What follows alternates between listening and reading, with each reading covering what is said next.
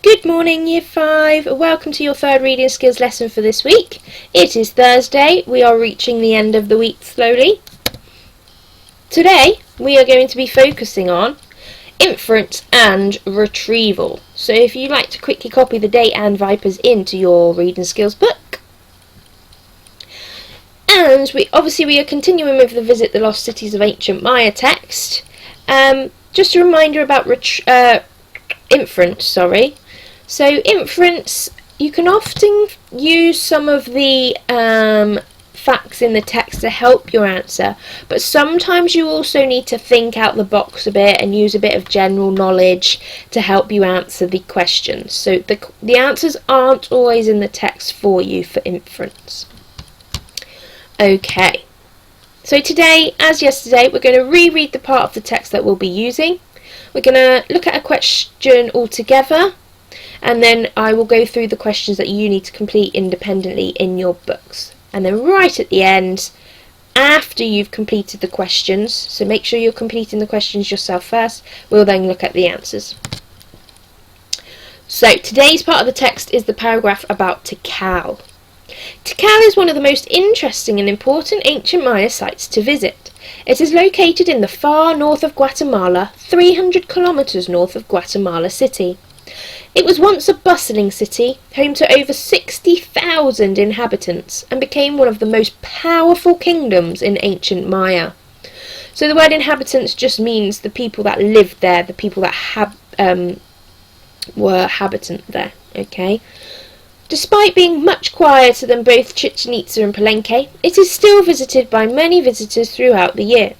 It is also a smaller site than other more popular destinations, but Tikal has some of the finest sculptures and carvings that have ever been discovered. The site features many temples and pyramid structures, including the famous Lost World Pyramid, and the current site covers over 16 square kilometres of land, with almost 3,000 structures present there. However, it is estimated that only a small percentage of the site has been excavated, even after years of archaeological digging. Like Palenque, Tikal is surrounded by dense jungle, including trees such as the giant kapok tree, and the money raised by visits to the site help protect the local rainforest. Okay, so I just want to focus on the bit about it saying it's estimated that only a small percentage of the site has been excavated, even after years of archaeological digging, okay? You're going to have an inference question in a minute of why you think this is the case. And I just want you to think, it used to be a bustling city. It was one of the most powerful kingdoms. So how would archaeologists know that only a small percentage of this site has been excavated?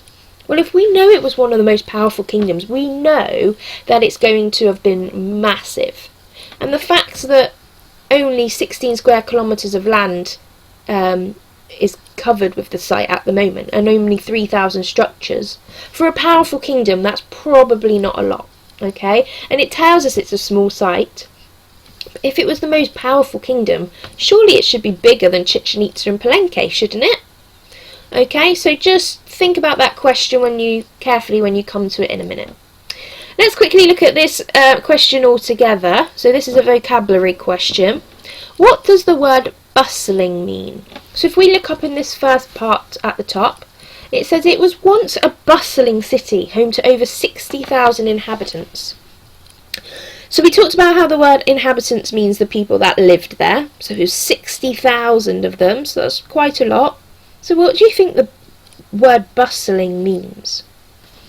So bustling means to be busy or crowded. Okay, so it was a busy city, it was a crowded city, it was a city with a lot of activity going on.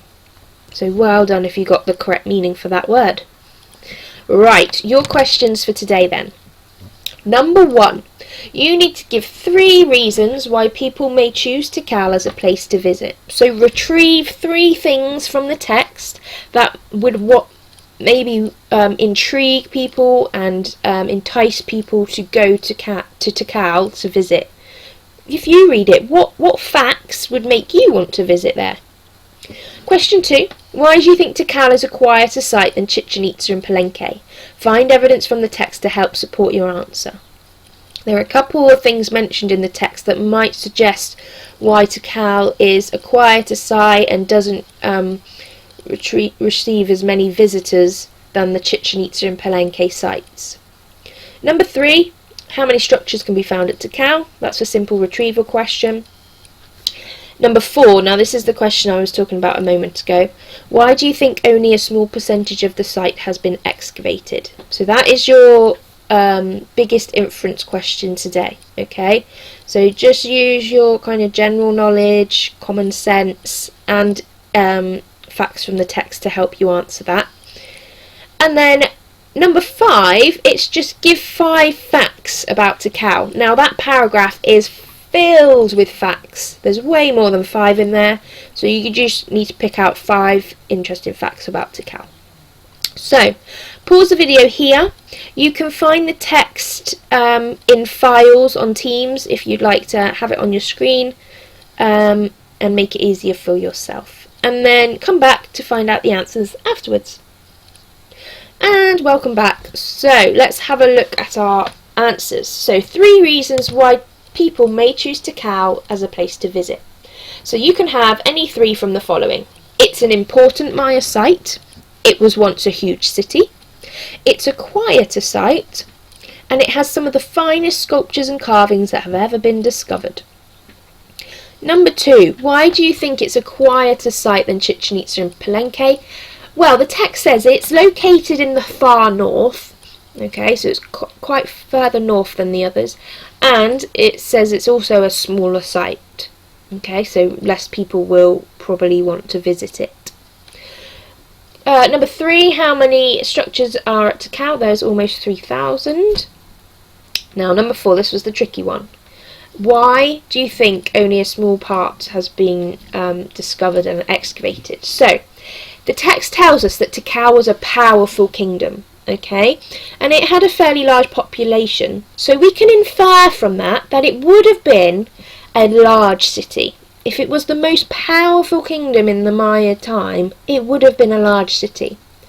The text also tells us that the site is surrounded with jungle, so we can infer from this that many of the ruins are probably still within the jungle, maybe now underground slightly, so many of the ruins and much of the site will not have been discovered yet. Well done if you've managed to get a very similar answer to that one. Brilliant work. And then question 5, like I said before, there are so many facts from this text. So anything that is true and not an opinion out of here, if you've got 5 of those, that's brilliant. You could have had things like, nearly every sentence in this is a fact. So the site is 300 kilometers north of Guatemala City. It was the most powerful kingdom in ancient Maya. It's a smaller site than popular destinations. Any 5, literally the whole text is filled with facts. So, great work Year 5. Well done if you got those answers. And I'll see you tomorrow, Friday tomorrow, last day of the week. Keep it up. Well done.